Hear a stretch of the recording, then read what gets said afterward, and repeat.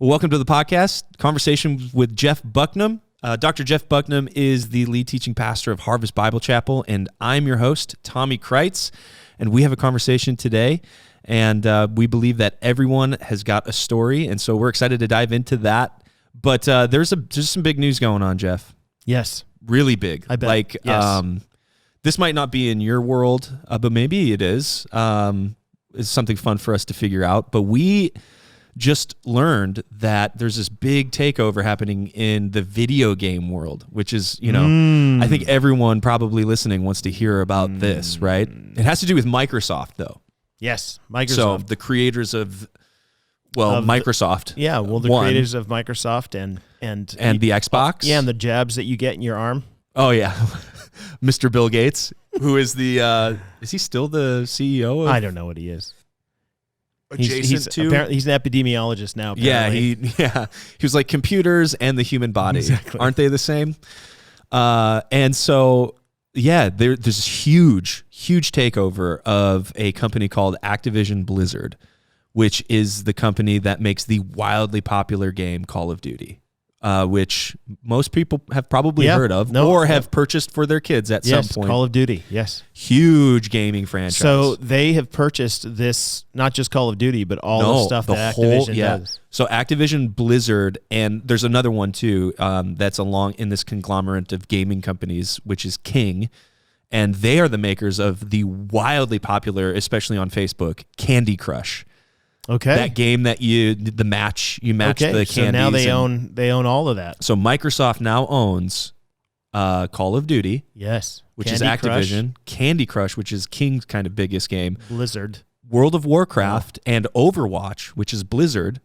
So they own it all. I mean, there's like only two other gaming companies in the world that are now. They're taking over. Yes. And they purchased, apparently it's happening. It's still going. Can I ask you a quick question? Yes. Why are you so fascinated with gaming companies? I love gaming. I am a gamer myself when I can. So word on the street, Tommy, is that at one point in your life, you were a nationally ranked gamer. I was, yes. Long time ago. When? In high school. What years were you in high school? So 2002 to 2006. Okay, you were a nationally ranked gamer. Yeah. On what game? Yeah, it was called Counter-Strike Source. What was it about? It was 1.6, and then it's like a Call of Duty almost. So you were really good at shooting people in the head. Yeah, oh my gosh. Well, when you put it that way, yeah. Well, the headshots count more, don't they? They do actually. Crazy enough. Yeah. Yep, super good at it. Okay. Virtually, though, of course, obviously. And you also own guns now. I do not. Okay. I do not. Should I? Do you? So, Tommy, if I were to list off certain kinds of guns, you would know what they are? Like military guns? Yeah. Yeah, probably. I've played enough of those games to... Why didn't you say this when I was interviewing you? Well, I like to keep... So this is something that I've learned with my wife, Kelly, is I try to minimize my nerdy side. You know what I mean? Okay. She's like totally not nerdy whatsoever. She's like girly girl, like every time I start talking about like Dungeons and Dragons and video games, she's like, nah, so I've just learned to just, suppress. Do you play video games now? I do, not as often, mostly with Zion now. Okay. So it's more of a starting family. Him young. I am, yeah. Teach a child, in the way that he should go. What's the game that you have him on that Counter-Strike? No. In the head yet? No. That comes much later. Right now we're doing Zelda. Oh, yeah. Classic. We're doing Breath of the Wild. So we're playing that on the Nintendo Switch. Okay. Which has been really fun as a nighttime activity for us to bond together. Yes, bond together. And to show him how good I am at it. You know what I mean? Yeah, it won't be long before he's playing Grand Theft Auto. Congratulations. Stealing cars. And, oh, boy. No, we stay in a very... my parents weren't like that whatsoever. Weren't like what? Like, didn't have restrictions on, like, what types of games. When I was growing up... Do you have restrictions on what kinds of games? I do, sort of. What game would you not play? Oh gosh, I don't really like super scary games. I don't know. There's not like I don't know. I'm not super involved in the space now anymore. Okay. Like I would still play like a Call of Duty or like a Halo or something like that. I can very much. Would you play it online? I could, yeah. Would you use your own name, or would you use some else other name? No, I would use mine. What's your gamer tag? My gamer tag is Knifey Spoony. Is it really? It is, yeah. That's so if anybody's out there playing online you Call see of me, Duty, you see Knifey Spoony rocking around. That's me. That's Tommy. Oh man, I'm so glad to share my whole. You into the Fortnite? No, I dislike Fortnite. Why? Yeah, I don't like it. I don't know. I tried it. I think I'm too competitive. Oh, okay. And I wasn't very good at the building. Oh, okay. And so if I'm not like good at it, you're one of those I just get frustrated. I quit. I'm not doing this anymore. This is so tough. It's a stupid Wes, game. however, so we use this for ministry as well, of course, right? If you're good at something. Yeah. So we do like we'll do live streams with our students on Twitch, which is like a video game platform.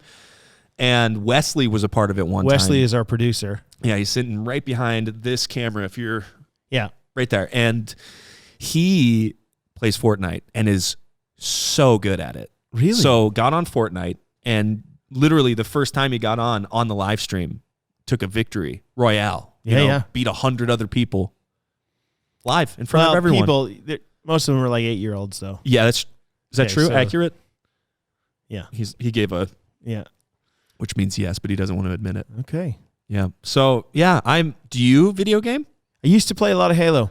Okay. And some of the games that I've enjoyed in the past, if aliens are involved and getting killed, I'm in. Okay. Yeah. Except there was one game I think I've mentioned at one point called Destroy All Humans. Yes. That you could suck the brains out of people. With the big head. Yep. Yeah. Those were fun. Yeah. Those were the old school days of gaming those were too. The good days. The good days. Now it's just. It feels like they just re-release every they're game. All the same thing. FIFA has been the same for 19 years. Yeah. So same with Call of Duty. Yeah. But they make a lot of money at it. A lot. And now money. Microsoft makes a lot of money at it. $70 billion. So they bought it for. Wow. That's how much Microsoft paid for Activision Blizzard King. Right. Whoa. That's good. So that's okay. The federal government gave them that much for their jobs, didn't they? There it is. That's how they. So you and I. This is like the board totally. With all of the lines. You and I bought you and I basically bought Activision for Microsoft. Yeah, I mean, essentially that's our purchase. Holy cow! Good for us. That's a theory.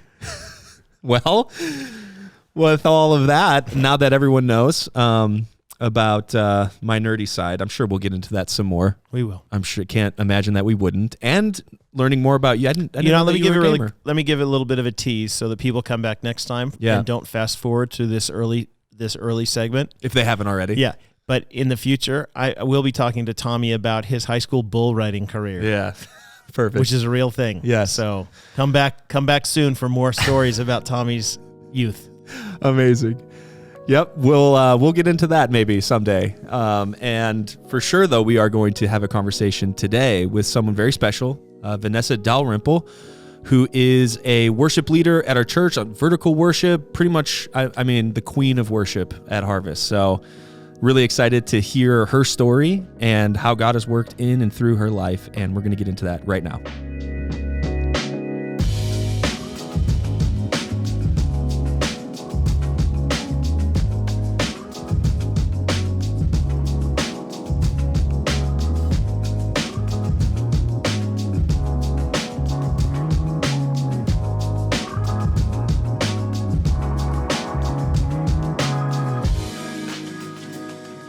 Hi, welcome here.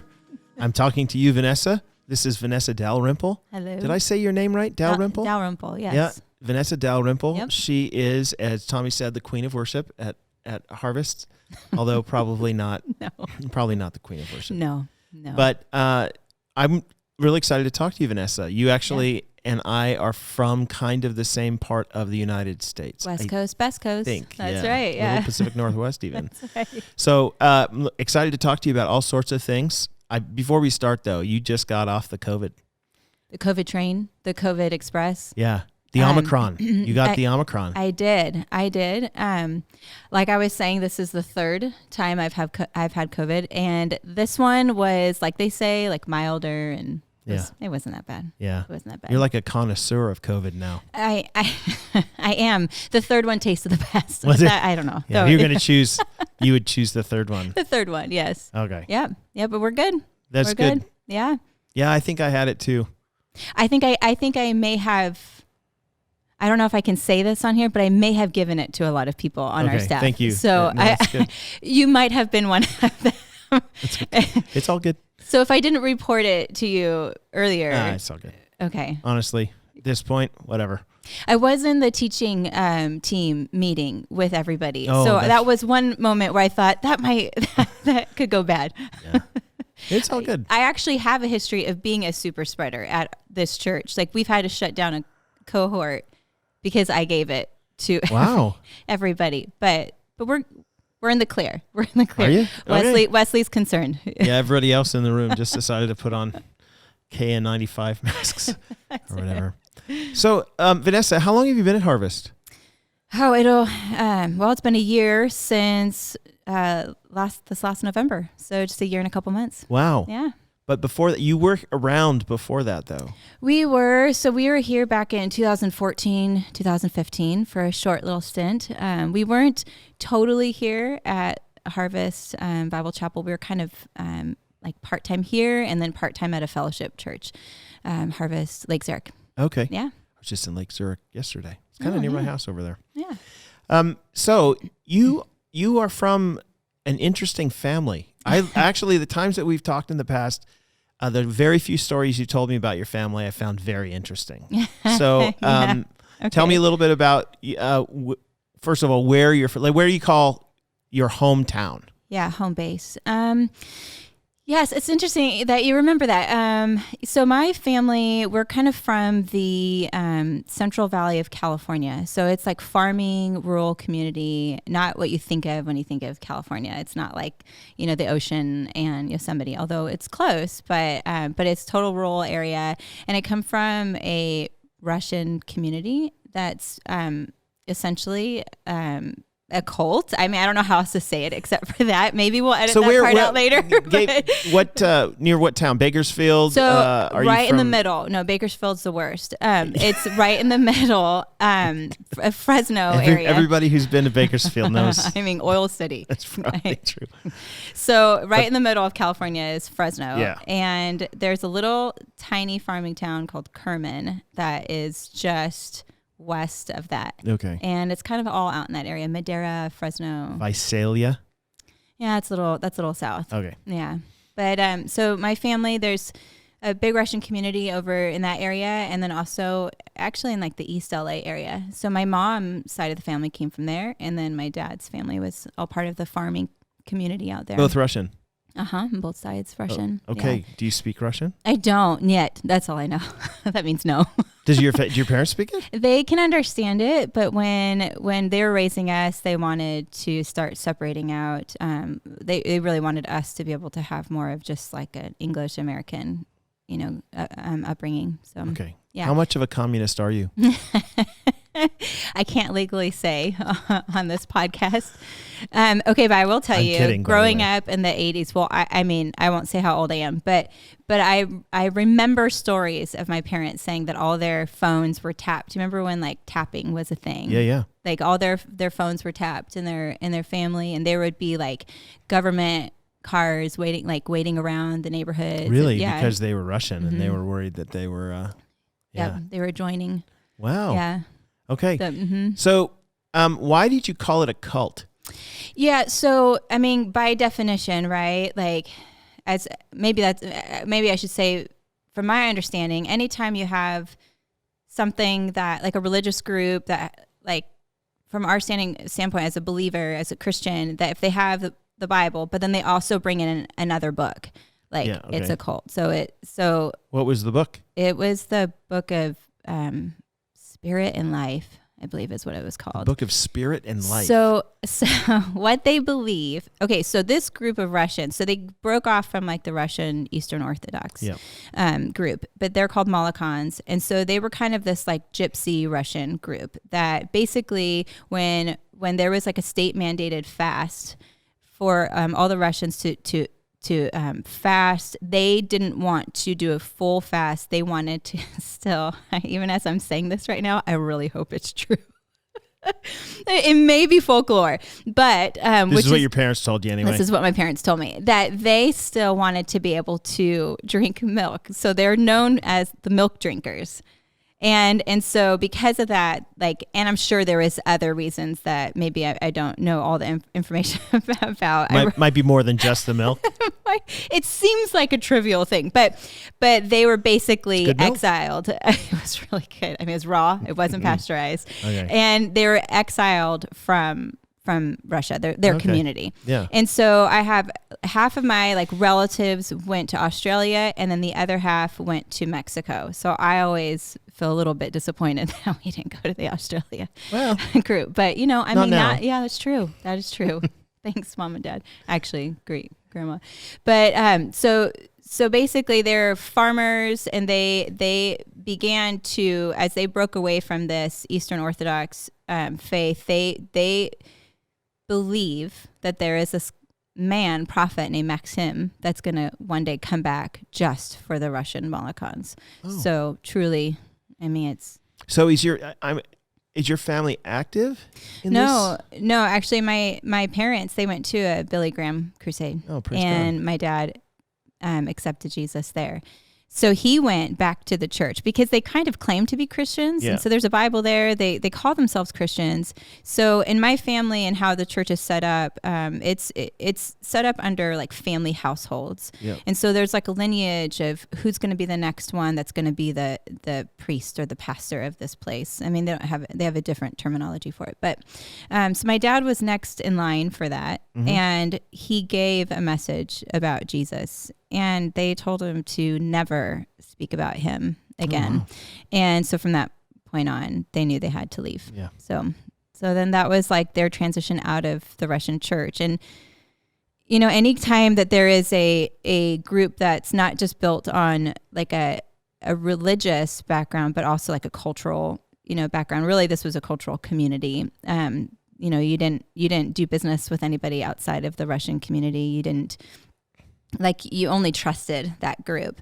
So for them to step out of that was like a huge, huge step of faith for them. I mean, they lost connection with their parents. They lost all of their community, their cousins, everybody that they did life with, they kind of had to start over. So then they began what they would always call going to the American church. And that's when really our whole journey as a family with the Lord began. Okay. Yeah.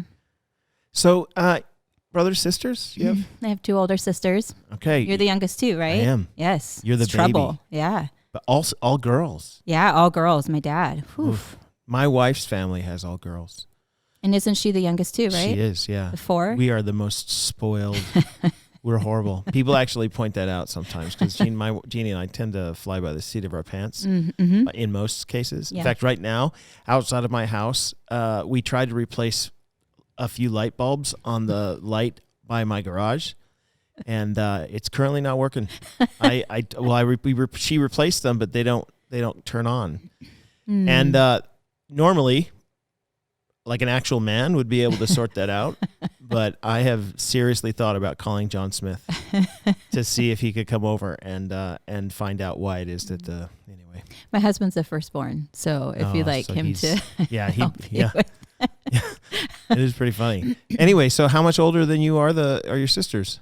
So my oldest is 5 years older, and then my second is 3 years older. Okay. Yeah. So kind of a pretty good baby. Yeah, they're really close. They're like like a year and a half apart, and then I came later. So okay. Yeah, I was a true baby.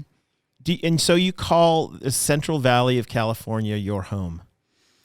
I haven't lived there for 11 years. Like when you go back there, though, are you like, I'm going home? Okay. What would you call that then? I call it where I'm from. Okay. I wouldn't call it home. So where's home now? Here? Home's here. Okay. Yeah. But you have lived in Oregon for a bit too. I did for like 8 years. So I have like different categories for home. Oregon is, California was where I was raised. When I say I'm going back home to see family, I mean, I guess I do say that with California, but I never feel the sense that I'm returning back home. Okay. But Oregon held kind of a different home because that's where we had all of our kids. Yeah. All of them. Like I had 10. I have 3. But that's where we had our kids. So there's like a certain kind of like, that was home base for a while. Yeah. But yeah, I was there for about 8 years. Are you, when you were young, did you always sing? Like, where did you learn singing in church? That's what a lot of people do, or what? Yeah. So I have a really distinct memory of going to see Fiddler on the Roof. Do you remember that Broadway like a play? fiddler on the roof. Yeah. Yes. Sunrise, Sunset. Oh my gosh, that was like one of my favorite songs. So when I was little, my mom actually. There you go. Go ahead. You actually have a really good voice. You sang. No, you sang in. No, I don't. You sang when you were teaching at Elgin. Oh yeah. And I was like, look at that. Yeah. The miracles never cease. We'll call it the Spirit filled me.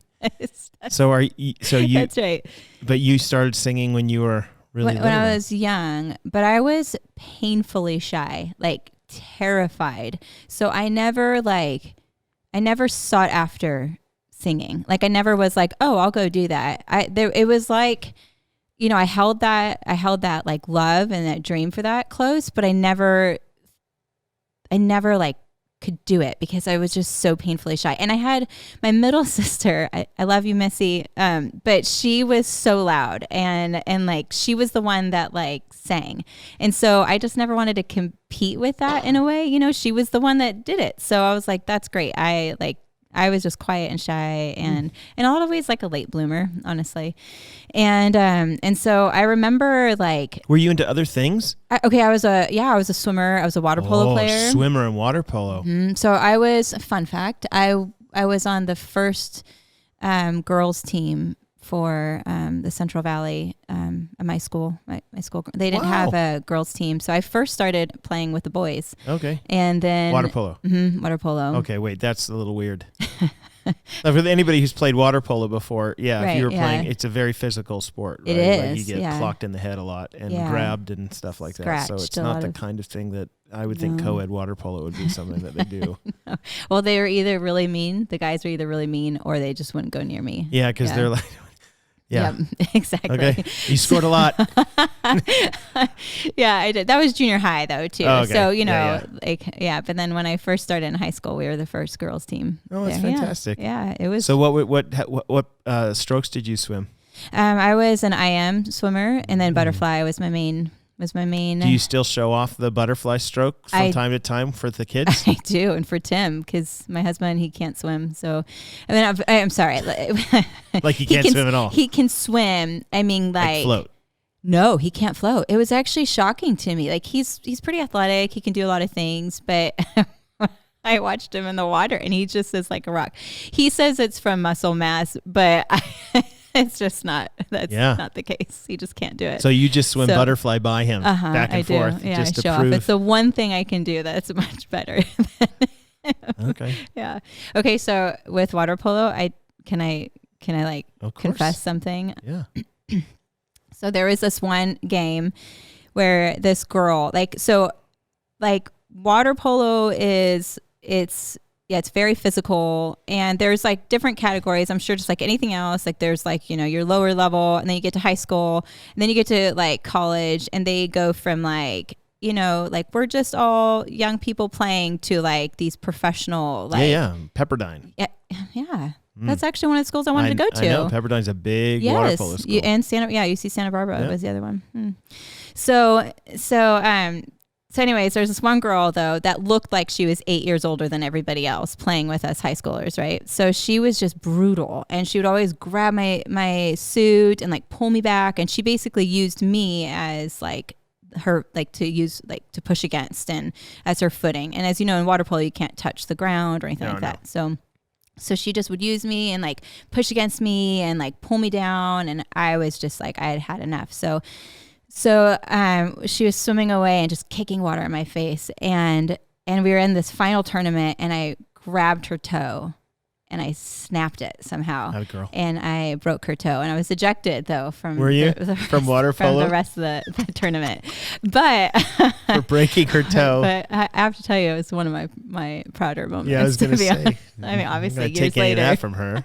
That's right. So yeah. Did you guys lose the game anyway? No, we won. Yeah, so all worth it then. Yeah, I actually ended up winning all tournament because I was towards the end of it. Right. But yeah, so those are some of my prizes. So all that to say, I did other things besides sing. But yeah, I always loved singing. I knew. When did you start to sing in front of people? Like besides the national anthem and things like that. You said what was the first? Like high school, I did that. Okay, but what's the first time you remember standing in front of people and singing? When I was, there was so I came from a family that loved music. So they would put my sisters and I up in front of in front of the Russian relatives and sing songs. So that was, What was your maiden name? Katurgin. It's the Katurgin sisters. That's good. So I remember that. But then high school was like national anthem, and I remember singing that as something. It's a hard song to sing. It is. It's actually like I did have to sing it once for a Miss California pageant, and I was so terrified that I was going to forget the lyrics. So I wrote them all on my hand, like in a Sharpie. Yeah. But what happens when you write on your skin with a Sharpie, it just bleeds into, because I was so sweaty. Yeah. And then this bright light came on, and I honestly think it was the worst thing I've ever done in my life. Really? I was never asked back, for sure. Okay, so you weren't in the Miss California pageant. You were just singing. No. Okay. No, I was not, but I just sang for it. But then I started leading worship when I was about, I did it a little bit in high school and junior high, little things here and there. But then I kind of started, big church. I don't know if that was ever a thing. There was youth group, and then there was big church. Yeah. And so I started when I was 19. And first time you did it, were you freaked out of your mind, or were you no, this is pretty good? I was terrified. I remember muting the microphone because I didn't want anyone to hear me. And so I just muted it. And I was I don't know what's wrong with the sound. So you totally. I just turned it off. And how did they start the song then? Well, I was just a background singer. Okay. I was just a vocalist, as they call it, BGVs. So I wasn't I didn't have to do any leading. But I had there was this guy, Micah. He was awesome. He kind of looked like, is it Legolas from Lord of the Rings? He had the long, I don't know. I'm not a nerd like Tommy. Orlando Bloom was Legolas. Okay, there you go. So anyways, he was great. He was the one that helped kind of really continue to push me out of my shell and keep me going. So I credit a lot to my first ministry mentor. Okay. It's Micah, helping me kind of grow. And good. Yeah.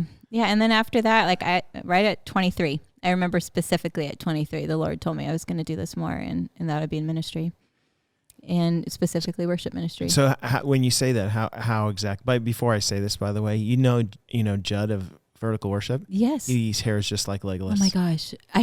Right?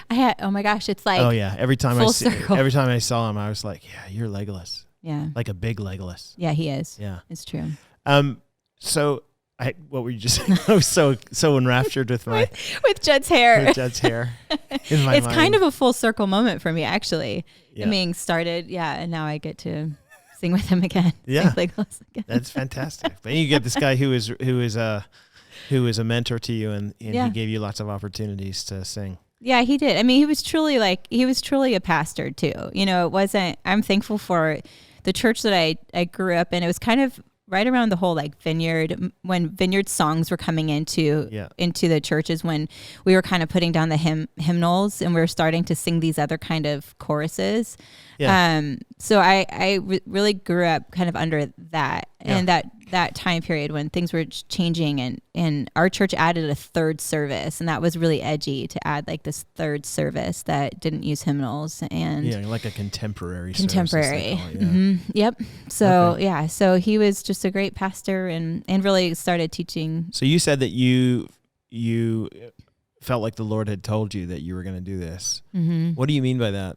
Did you just wake up one morning and had this feeling, or did you hear a verbal voice, or did you what? Did somebody just affirm that to you?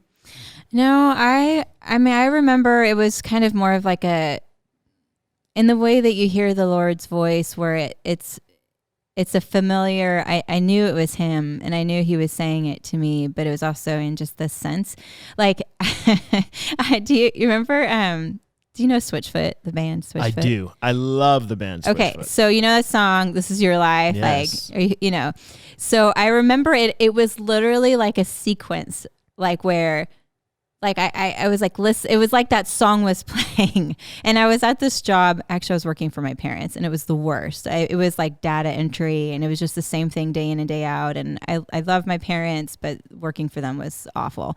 And I mean, it's just I'm more of a creative too, and so just from like sitting at a desk with like insurance, I mean, it was numbers and it was just the worst. So I remember just like that song would just play in my head all the time. Like, this is your life. Are you who you want to be? I'm like, no. And I was an angsty 20-something-year-old, you know? So I was just already thought like, what am I doing with my life? I'm just wasting it here behind the desk. Had you been to college? I was in college. I was in college during this time. Where did you go to college? It was Fresno State, so California State, you know, Fresno. So my degree was in English literature, and so I was looking at like wanting to do like creative writing and all these other things, and here I was like working at this like medical billing office. I mean, honestly, the worst. Did I say it was the worst? It's a form of literature, I guess. It's a different genre. Different genre. That's true. So I just remember like, I mean, it was a series too of just feeling this, like, I think, Lord, you want me to do something different. I just, like, it wasn't working. And I knew, like, I was kind of getting to this point in my life too where I was growing in ministry and I really loved it, but it wasn't what I was doing, like, as a job. But I just really felt like it was like a magnet, you know. I wanted to be there. And I just felt like everything in my heart just was drawn to more of that. And I remember like it was truly one day I heard the Lord say, it was actually specifically, you're going to do more with your hands than this. And I knew what he meant by that was going to be ministry. So that's great. And so like when you got that kind of vibe, what did you do? Like, did you go in a different direction almost immediately, or did you actually it was almost immediate. That there was a church that I had started helping lead at on a weekend. They were kind of a new church. They were a church plant, and they had been about a year in, and they needed help with worship, and then and they also needed an office manager. And so since I had already been doing some office-y type stuff, it ended up being like within a week, really, they called and asked if I would be interested in working full time for them. So I left my parents' house, my parents' job, and went over there. So yeah. And were you kind of the worship director type there? Well, so I started just like an office, and I would lead on Sundays with Legolas. Am I saying that right? Yeah, Legolas. Yeah, okay, Legolas. We should just change the name to Judd. So I started working and leading with him over there, and he ended up, I mean, I don't need to tell his story. He ended up not being there anymore. And so the pastor there at the time had said, we need a worship leader this Sunday. You're it from now on. So that was how I started leading worship. That's literally, and I had to learn how to lead from keys because I didn't really know yet at that time. And did you play an instrument? I mean, I did. You play guitar now. Yeah, always play keys and guitar. So, but it wasn't something that I felt like confident with. So I just kind of had to. I had to learn how to lead a band, and I had to jump right in there. So yeah. So then I was their worship leader, and how old are you? How old was I? Yeah, I was 24. 24 when you first started doing it? 23, 24. Oh, fantastic. Yeah. So at what point do boys start coming into this picture? Well, this is actually, okay, so there's all this kind of, this side of the story, but actually like, there's like a whole other world that was happening at the same time in my life at this time. So I actually, at this point, part of like, you know, people that know me, they know that, I think I've even told you this before, like, you know, in the Gospels when Jesus says like, if someone was forgiven of like 500 denarii versus like, you know, 5 or whatever, who's the one that, you know, will be like happier, is thankful the most, or, so that's my story. So there's all this that's going on, right? I'm kind of doing the things, I'm going to college and ministry role, but then there's this whole other side of my life that was also happening.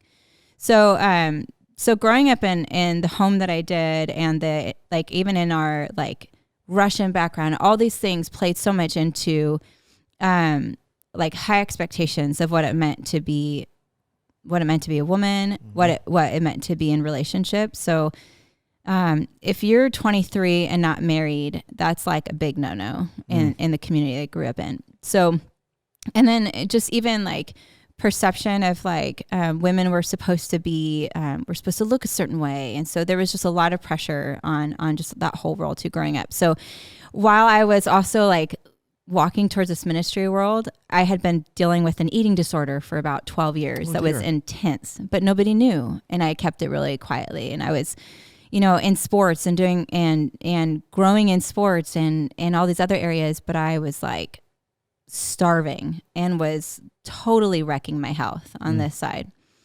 And at that same time too, like it was like, part of my, again, and like my parents, like they know this and we've talked about this. And so there's so much grace even in this, but so much of growing up was, if you could find a man that liked you, then that was the main point. You do everything you can to get married, and you do everything you can to make sure you find like somebody that wants to be with you. So much of like even purpose was that. So I ended up getting married like right about 19. Whoa. Yeah. And so throughout that whole time I was going to school, but I was in this marriage. It was a guy within No, it wasn't. But so that wasn't as important. It wasn't like you had to marry somebody who was within the Russian. No, it had a lot more to do with family. Okay. So if this was a good family, you want to marry into a good family. Yeah. And they were a good family, but I was a kid and he was a kid, and again, more of the status kind of thing mattered because they were a big ministry family. And so there was a lot of status in that, and that's what mattered. And so for the first, my 20s, I was in this marriage that was really broken from the start, but we were kids that had no counsel, and we were like, I was the classic picture of somebody that was doing all these things in ministry, but totally was not bringing my whole life before the Lord. So like I often tell people that part of my story is that I actually didn't find Jesus until I was 28. And even though I was beginning to like, I felt the Lord's like draw, and I felt his call in my life. It wasn't until I was 28 when like everything fell apart in my life that I actually believed in Jesus, because we can do stuff for him. We can like do the right things that we think are the right things, or we can check all the boxes, but to actually like know and believe that there was this God that there was this man Jesus who loved me and actually like had grace over my life, and I could actually take all this brokenness and that he would actually care about it. That was all new for me. Yeah, you must be born again. Right? That's the new birth, right? Right, that's right. So all that, so there was probably about a few years before I was 27, 28, where I began sensing that I just felt like my life wasn't like honest. There wasn't like this entirety of my life that was. Because you're leading worship and all this at the same time, involved in this church, and yeah, I was, and like living kind of two lives. Yeah, and I would describe it more than anything as just like numb. My life was just like numb, and I felt alone. Like I just felt really alone, and at that time too. And I don't, again, like this is part of my story, and he has his own story in it too. But there is just this like riff even of ministry, and there was just like, I look back now as two kids that didn't have any tools and weren't honest enough to like get help, and so I kind of got to some breaking points in my life where I was just like, I can't do this anymore. We need help. So I began like 3 years of counseling, and that's actually where, I don't know if you're familiar with Celebrate Recovery. Yeah, I am. So I started going to that because I saw that I was somebody that had major issues with anxiety. Like I ended up in the hospital because I had such intense anxiety, and now I can look back on it and see that I was somebody that wasn't living honestly. And so my body was trying to get my attention because I wasn't being honest. Like I wasn't telling myself like, this isn't okay, or these are broken, this is wrong, I need help. So it wasn't until like I ended up in the hospital, I thought I was literally dying of a heart attack, that when the doctor came to me and he said, can I give you some anxiety medicine? I was like, what? Like, this is what anxiety is. Yeah. And that's when I was like, okay, white flag. Like, I can't keep doing this. And I can't keep standing up in front of people on a Sunday pretending like, and I didn't even think I was pretending. That was the weirdest part of it. I thought I was like honoring the Lord by still standing up and doing the ministry thing. And so I began going to celebrate recovery for anxiety, truly for like codependency. I don't know. We don't tend to use that word a whole lot, but I was a total enabler. I was so afraid of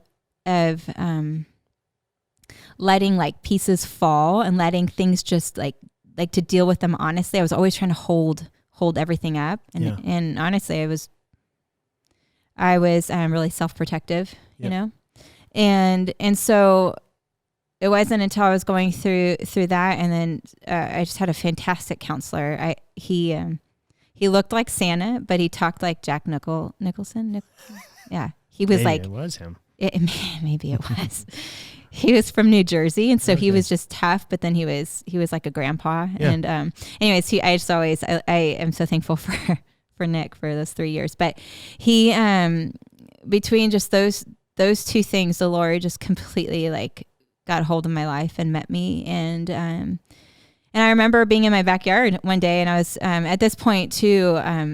My husband at the time, he had just decided he didn't want to keep going down that road. So he didn't want to get help, and he just was done. So he said he didn't want to be married, and that was kind of the progression of the end of that. And I remember being like alone in my house during that time, and it was pretty devastating to deal with all those things all at once. Yeah, while working in ministry too. Yeah. Because at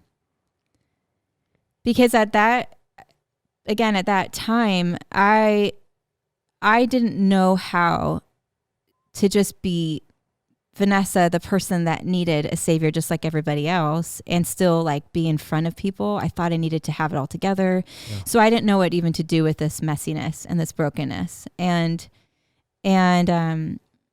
also all the things that I was contributing to it. You know, I just didn't know where to take that. And so I felt really alone. Yeah. Except the only thing that I didn't was because I was also though in this group of people who were also really at the end of themselves.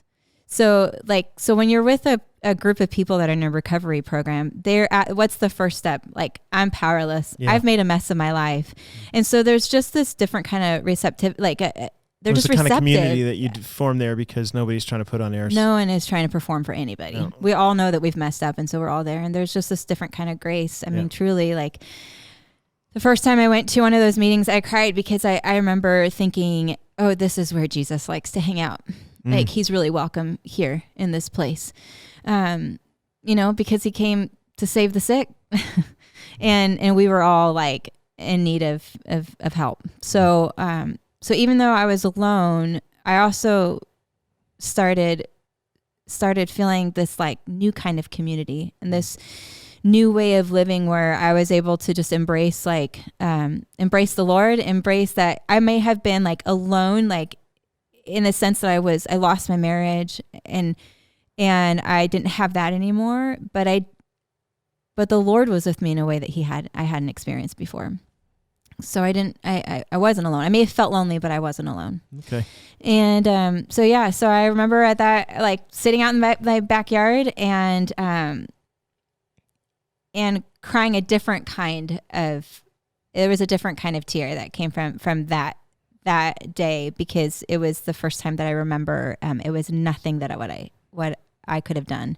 It has everything to do with what Jesus had done for me. Yep. And I just remember really like believing it in a way that was so different than when you're 5 and you say a prayer, or when you're in high school and you're kind of hearing these things and you're like, yeah, okay, I believe that. But this was like, no, there was like I had tangible things that I was bringing to the Lord, and that I had said I've made a mess of my life. Yeah. And so I look at that as like the marker. When you came to faith in Christ. I really do. I really believe that. Yeah. That's good. Yeah. And so did you take a break from worship leading and stuff? I did. Okay. Yeah, I did. I took a break. I think it was probably about a year and a half. I took a couple breaks. I took a break for about like 9 months, 10 months. It was a little less than a year, and then I started serving actually at the Celebrate Recovery because they needed help, and they knew that I did that, and so I helped over there for a little bit, which was the sweetest. Again, leading worship with people who are all just really broken and hungry for the Lord is really sweet. You're not like leading really anything. You're just playing some songs and they're just singing from their guts, and it's really beautiful. Yeah. So that was really cool and restorative, even from a ministry standpoint of really being led by them. Yeah. And it was, and the team that I had at that time too, like, you know, there were no professionals in it. There was no such thing as like a professional worship person in that ministry. Right. And so they were just happy to serve. They were just happy to be there. And everybody's lives were kind of slowly being built back together, but on the Lord and his grace. And so there's just a different kind of joy in that. And that was really sweet. And then it's different being part of a church now, right? I mean, when you've been in that kind of setting and then you come back, you get involved in the local church, and you know, we tend to have a habit of putting faces on when we come to church. We gotta most of us feel like we gotta make sure everybody knows we're all together, right? Or sorry, that I've got it all together, right? It's hard, you know, especially if you've gone through a situation like that, because you're looking at everybody and you're like, you know, we don't really. Yeah, we'd all be freer if we just recognized. Well, we all come in with stories. We all come in with our own baggage of things that, I mean, maybe it's not, it doesn't carry the same weight as it does, but we all have our stories that we bring in, our past that we bring in. And you know, I think that like, I have felt in my, like, and now being in ministry, I want to be somebody that gives permission for people to feel safe to bring their stuff before the Lord. Like, I don't want to be somebody that models that you have to have it all together. Like, I want to be somebody that nobody does, because nobody does. That's right. A silly game. That's right. Yeah, that's right. Yeah. So at this side of ministry, that's always my hope and prayer that I never get in the way of that, or I never contribute, you know, to that, because everybody has something that they're bringing in, and it's okay. Yeah. Yeah. So when did you get? I mean, you're married now to Tim. Yeah. And you met him when? I met him in a little studio outside of a chicken feed factory in Turlock, California. As you do. As one does. And he was actually playing drums for an album I was working on at the time. And so he was a hired gun. So an album, were you? I was working on my own solo album. Your own solo album. Yeah. Yeah. What's the name of that solo album? I will not share such information. Okay, so look for I Will Not Share by Vanessa. Yeah. So he played drums for that, and I mean, honestly, I met him there, but he was working at a different another church in a different town. Like, we lived a couple hours apart from each other, so I had played some shows around California, and I would hire people to come and play with me, and so he was one of the guys that I hire occasionally. So we got to know each other through that, and then but then I kind of took a little bit of a sabbatical from ministry altogether, and I moved to Nashville. And he was why?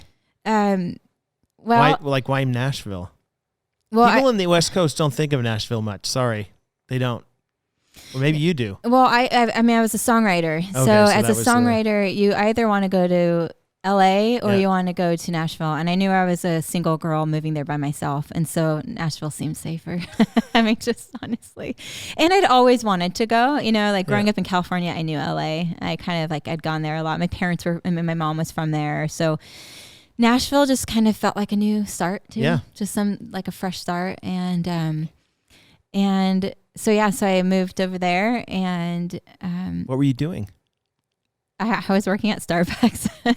Okay, I have a good story about this. So I worked at a drive-through that was close to Vanderbilt College over there in Nashville. And at Starbucks drive-through? A Starbucks drive-through. What are you supposed to say at the beginning of the Starbucks drive-through? Not what's your name. I don't understand that. Did you? No, I never did it when I was there. I would just say, "Hey, welcome to Starbucks. Hey, what can I get started for you?" That's right. Is that what they say now? I would say, "What can I get started for you?" Yeah. But now they say, "Hey, what's your name?" Do they? Yes. They ask your name? I so mind your own business, Starbucks. That's right. I'm here for coffee. I'm not here to talk. Do they ask for your email too? phone number? Social Security. Totally. Do you have COVID? They kind of do now, though, don't they? Basically. So, Show us your papers. so that one, Taylor Swift used to drive through. Oh yeah. So, and since I worked the drive through, I got to get her coffee for her a couple times. But it was also during the plague of the cicadas when I was there. So this was like locust plague. I mean, it was just like everywhere. And from California, we didn't have anything like that. I mean, we had like smog and it was hot, but like we never had like bugs. No, not like that. No. So Taylor and I had a good laugh. I mean, like she probably remembers it. She probably does. I think I made an impact on her. I'm pretty sure. I did keep her receipt because I thought, maybe it would be worth something one Totally. day, but she probably wrote a song about it. About our encounter? Yeah.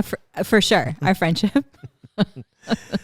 So, other than Starbucks, I'm assuming you were there for the songwriting and the... Yeah, I went. Okay, so I was there for songwriting. That was like why are you moving there? Well, I want to be a songwriter, so I want to go to Nashville. But I think more than anything, I look back at that time as a marker just with my walk with the Lord. Oh, good. He was doing a lot of healing in my life, and it was a reset for me. So I would hike and walk a lot and just outside of my work hours at Starbucks, I would just go and like have a lot of time alone with the Lord, and that was really sweet, and just did a lot of exploring because I like that anyways. And so I met like fascinating people, and I mean the Nashville world is so interesting because you have people from all different backgrounds that are all coming for the same thing, to be like in music, and kind of all trying to make it, which is just an interesting, you bring like all those kind of people in one room because like everywhere you go, everyone's kind of trying to make it. And so, it's like rare to, and I don't want to like speak ill of Nashville because I love it, but like, it was just a really interesting, like, there's like a sociology to it. You're watching these people and everybody's trying to like connect with people, and because you never know if they're going to be the one that's going to like get you ahead. And, That's right. and yeah. But it's also kind of self-serving. Totally. But there was this one place that I used to go to. It's not there anymore. But it was called the Family Wash. And they kind of had this rule that you don't talk shop there. You just go to hang out. And so like that was a place I'd end up going to all the time. And I met some really great people that like they've just been there for a long time. And this was like, their world. They would tour, they were musicians, but honestly, like one of the things that I noticed was a lot of them, like they had been striving after this like dream, but they were just kind of they kept chasing after it, and which was great, I guess, but I knew that wasn't what the Lord had called me to. Right. And so it was during actually those times I was talking to the guy, I would always call him Old Man Pete. I was talking to Old Man Pete, and he doesn't know that I called him that though. I just called him Pete. But but I just remember at that moment remembering that the Lord had called me to ministry years ago, and that he was going to call me back. Yeah. And so it was right around that time too that I started talking more to Tim. Yeah. And he was in Atlanta at that time, and so we would just kind of close. Kind of, yeah, about 4 hours away. So we would talk and see what's going on in each other's worlds. And how long was it before you guys decided to get married? We dated for 6 months. Ooh. And we were engaged for 11 weeks. Oh my goodness. so once the decision was made, we knew. It was made. Yeah. And and we decided that. Where did you live initially then? What do you mean? Like where did you I don't know, like Atlanta, Nashville. Where'd you live? When we first, so we moved back to California where all of our family was at the time. And because we had just because we had gone through so much, we had such a community that had walked with us so much, we wanted to go back to that community just as kind of a little bit of like a covering, Yeah. So we moved back to California because we knew we were going to get married. And that started the whole new chapter of our life. So yeah. And then we moved to Oregon from there. I don't know. That's like, I'm telling a lot of like lovely. Little snippets. It's great. But you were in Oregon for several years. Yeah. Yeah. And you had your kids there. What are your kids' names? Jack, he is 9. Finn is 7. And Esther is 3. Yes. Yeah. Yeah. Yes. If you've met Esther, you will know it. Mm-hmm. She's delightful. Yes, I love your kids. Is. They're fantastic. Oh, thank you. They really are. So, True gifts. Oh, they to are me. without a doubt. But you Gift- came to yeah. how did you get involved in Harvest? So that's through. So Tim went to Liberty, and Why does everybody go to Liberty? everybody. I don't know. Like, so growing up on the West Coast, like living in California, I didn't know a single person. I mean, honestly, I'd never heard of Liberty before. So I it heard just of it wasn't because of Jerry Falwell. But that, like, West Yeah. Coast, when you're out on the West Coast, No, that's not a yeah. positive thing. People are No. always like, yeah. No, I mean, like Westmont was a place that a lot of people wanted to go to, yeah, or Santa like, Barbara. So he had gone to Liberty and knew I mean, when you go to a school like that, you have all those connections in the ministry world. And so he was part of a ministry team worship ministry team out there. And so he knew some of the people that were already at Harvest. And so that was kind of like the initial connection, was he knew some of the people that were on staff here. And Tim, if anyone knows my husband, Tim, he's a phenomenal musician. And so for a while, they'd kind of try to get him out here just to kind of help be part of what they were doing, Vertical and some of the other things. But actually we kept saying no. I mean, I was really like, Chicago. Why not? I just had this picture in my mind of it being cold, which is accurate. And so that was actually a true thing. And then just, we were pregnant with our first kid, and the thought of like raising, I think I pictured it like New York, where everybody is like downtown, and I didn't have like a framework for that. I don't know. I'm kind of a little bit of like a nature person too, so I don't know. It just didn't even seem like an option. But, and then and since he wasn't super into it just was like, okay, never mind, let's go to Oregon.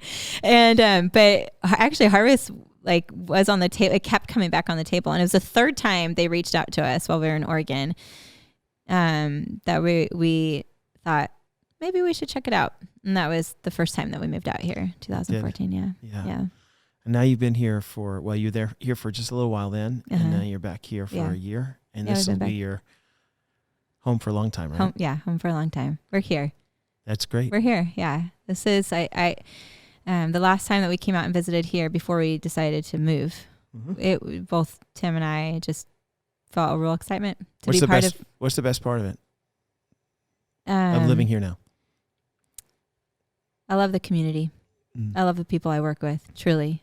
I mean, like, Oregon was beautiful. But it like, you just can't replace a good community. No, Midwesterners are lovely. They really are. They really are. They really are. I mean, Oregon, I love Oregon, but they're like independent and, a different kind of angstiness. Totally. Yeah. People in the Midwest are pretty genuine. They are. Yeah. No, and true hospitality. The cold is probably the thing that you were like, ugh. I prayed specifically that we'd move somewhere warm, and we came here. And it gets warm here. Every summer the Lord laughs a little and he says, there you go. There's the warmth. Yeah. But snow's not too bad. No, it's not. No. It's not too bad at all. It makes us tougher, like cold weather is good for your immune system. It like helps to strengthen you. It's like, when you lift weights, I don't know what, I don't lift weights. When you do you lift weights? Well, why are you laughing so hard? That's ouch. But no, I don't actually. I mean, I was just, so like, you have to break down the muscle in order to build it. Yeah. That's what the cold does to us. It breaks us down, but then we come back stronger. Well, you appreciate the warm. Yep. Because of the cold. Yeah, that's right. A little bit more. That's right. Vanessa, I'm going to ask you a series. I love how God has worked in your life. I really do. I think it's really cool. I've heard bits and pieces of this in the past, but I'm really pleased to have heard more and more of it. Thanks. He's really restorative. Yeah, without a doubt. Yeah. You're also really good at what you do. I think all of us want to like corporately express thank you for leading us in worship. You and Tim especially, and like there's a lot of really gifted people here. Yeah, they it's really are. Such a delight to be able to show up and have people who are really gifted at it. Thank you. Walk us down that path. And for writing your songs, you wrote a song recently. That you're famous again. What's your song? We released "Blessed." Yeah. That was you. You wrote that, and along with some other guys. Yeah. That's fantastic. Yeah. And it was a really big hit, big release. yeah, I think it's connecting to people, and I hope so. And I think anytime we write scripture, I don't think we can like go too far wrong on that, So I think that's fantastic. Yeah. Hey, being part of vertical worship, I do have a weird question. Like, what's it like to be somebody who's like on a rock band, for a Christian rock band, who shows up somewhere and is on the one hand there to kind of serve people, on the other hand has a merch table? Yeah. Do you like it? It's fun. I love it. It is really fun. And I think it's really, what a gift we get to enjoy the things we get to do and be part of. I think that's a gift. And, I hope a lot of people get to enjoy what they do. So I know that's not always the case. So I think it's definitely fun. And like, we're going out this weekend to a conference, and I truly can't wait. I really can't wait. We have I've talked about our team, they're family. So I can't wait to spend time with them. But I think, whenever we're part of something like this, it's the same thing with our church family. People like to belong to something, and so I think even with this whole notion of like merch, right? Yeah. Doing this now and seeing the people that I'm not criticizing the merch. No, it's okay. Great. I mean, well, you have your own merch. Oh yeah, totally. I don't actually, but I'm planning on it. Yeah. So I mean, I look at something like when people come up after a concert or after the workshops that we do, and they go home with a hat. It's because they appreciate you. That's right. Yeah, and they remember the time and they remember the moment, and so it's same reason I buy a hat from Chicago when I visit, or you know what I mean, or from New York, whatever. It's because you want to remember the experience, and you like vertical worship. That's right. So that's right. Yeah, but it's a lot of fun, and there's just something really cool about being able to have the permission to like go and speak into people's lives. Oh, it's awesome. I mean, my goodness, what a privilege that is, and so I don't take it lightly. Yeah. And what's the weirdest thing that's happened seriously, on stage or behind the scenes? Weirdest thing. Come on. Oh my gosh. Come on. There's gotta be something. I've done I had a moment where I drooled excessively on stage, and it Why? actually. Did you see the dentist earlier that day or something? No, I was really into this interlude, and I was playing keys, and in my head, for a moment, I felt like I was like Chris Martin from Coldplay, and and so, but as I was getting ready to sing, I'm kind of a drooler, anyways. It's like a thing. It's a quirk, and nobody needs to know this, but so as I was getting ready to sing, you just heard on the microphone this long. So that was like weird, like That's that good. Was, yeah. I can't probably share some of the other things because it's too embarrassing. Yeah. And it involves like I had children and I was having to, Well, it's weird, hard. Yeah. When you got your kids are with you and you're doing that kind of stuff. Yeah. Mm-hmm. Yes. You can't always dictate what they do, but that's what makes it delightful. That's right. Yeah. All right. I'm going to hit you with a lightning round. Okay. Really Ooh, I love it. Okay. Lightning round. Yep. Ready? Mm-hmm. How long have you had your nose pierced? 12 years. What made you think to do that? I can't say on here. Okay. How many different colors of hair have you had in your life? Blonde, red, and black, brown. Yeah. 4. So, because this is a newer one. This is darker. Yeah. It's more black. Yeah. Yeah. It's actually more ash. It's actually dark brown, but it's an ash color. Dark brown. It is black. Stop it. It's like jet black. So, what's the next stop on the Vanessa Hair Express? I'm keeping this per my husband's request for a while. Okay. Bangs and dark hair. What's the best thing to do in Fresno, California? Swim in the backyard when it's hot. In a pool. Because everybody's got a pool. Everybody has a pool, so you have to go swimming. That's the only thing to do. Or go find really great Mediterranean food. There's a lot of good Mediterranean food. A lot. Mm-hmm. Or good street tacos. I mean, it's California. They have the best. They do, actually. Mm-hmm. Just little piece of advice. If you're ever in Los Angeles, Tito's Tacos. Oh. Have you ever heard of Tito's Tacos? It's near the airport, but I got to tell you, you got to go to Tito's Tacos. Have you heard of Philippe's? Nah. Best roast beef sandwiches. Oh, okay. Like they've been around forever. You can still get coffee for 10 cents there. Oh, yeah. Yeah. Anyways, okay, See? Tito's and A lot of people Flippy's, getting a lot of local LA knowledge right here. That's right. Good thing we're in Chicago. Yeah, you're welcome. You're welcome. Hey, some people are doing that. That's right. That's right. Okay, it's true. Right. Who's your favorite singer in the world? Oh my gosh. Oh, I mean, I feel so boxed in right now. Pick a few then. Okay. I've been a big fan of from a worship world. You know, she's like been a mentor. Brooke Lidgertwood has been great. I love her. There is an indie band that I've followed for about 20 years, Over the Rhine. They're out of Ohio, and kind of jazzy, folksy. Man, Gillian Welch too. Again, I have a little bit of that folk background, so those are like some of my favorites. But I will say, Sarah McLachlan. I mean, Canadian representative. See, you know it. I mean, I grew up listening to her. I only know it because it's like on all the commercials with the little dogs the sad and stuff cats, now. yeah. You're like, Yeah. oh, wow. Yes, there are like other people who need help too, right? Wow, Not just Sarah McLachlan. a little heavy-handed That's Sarah. a little dated, right? 90s? I mean, yeah. I mean, I was kind of a 90s girl. I was going to say, you consider yourself a child of the 90s? Oh, I mean, Alanis Morissette. What did you think of Ricky Martin? Mm, What? I don't know. He's too mainstream. Right. Okay. You know, I was a little... Hanson. No, ill. You didn't like Bop? No. What? No, It's what a is classic. that? No. Whatever. No. You know Bop. I do know Wesley, it. do you know Bop? Sherry does. Sherry's nodding her head over there. She's like, yeah, Sherry and I are connected. I mean, I know got them. it. I wasn't like, hey, you guys, let's. So I was in a mall one time with, first I was in a mall one time in Dallas, and I was walking by this store, and this guy walks out, and he bumps right into me. There's like people all over the place, Right. and I was like, why is everybody all over the place? So I was looking for the place that you could walk down, Yeah. and there was like kind of roped off, and I was like, well, I don't. Maybe these like the people little are, ramp. maybe these people are waiting in line or something. So I went into the place that was roped off doesn't have anybody in it. Right. And so I'm walking down, and all of a sudden this guy walks out and bumps into me, and he says, excuse me. He was a Hispanic-looking guy. Hey, Ricky Martin. No I don't way. even know. After the fact, somebody said, what are you doing in here? This is the special spot for Ricky Martin. You're supposed to be behind the thing. And I went, Ricky Martin? And then I was like, oh, yeah. He said, yeah, that was him. He just bumped into him.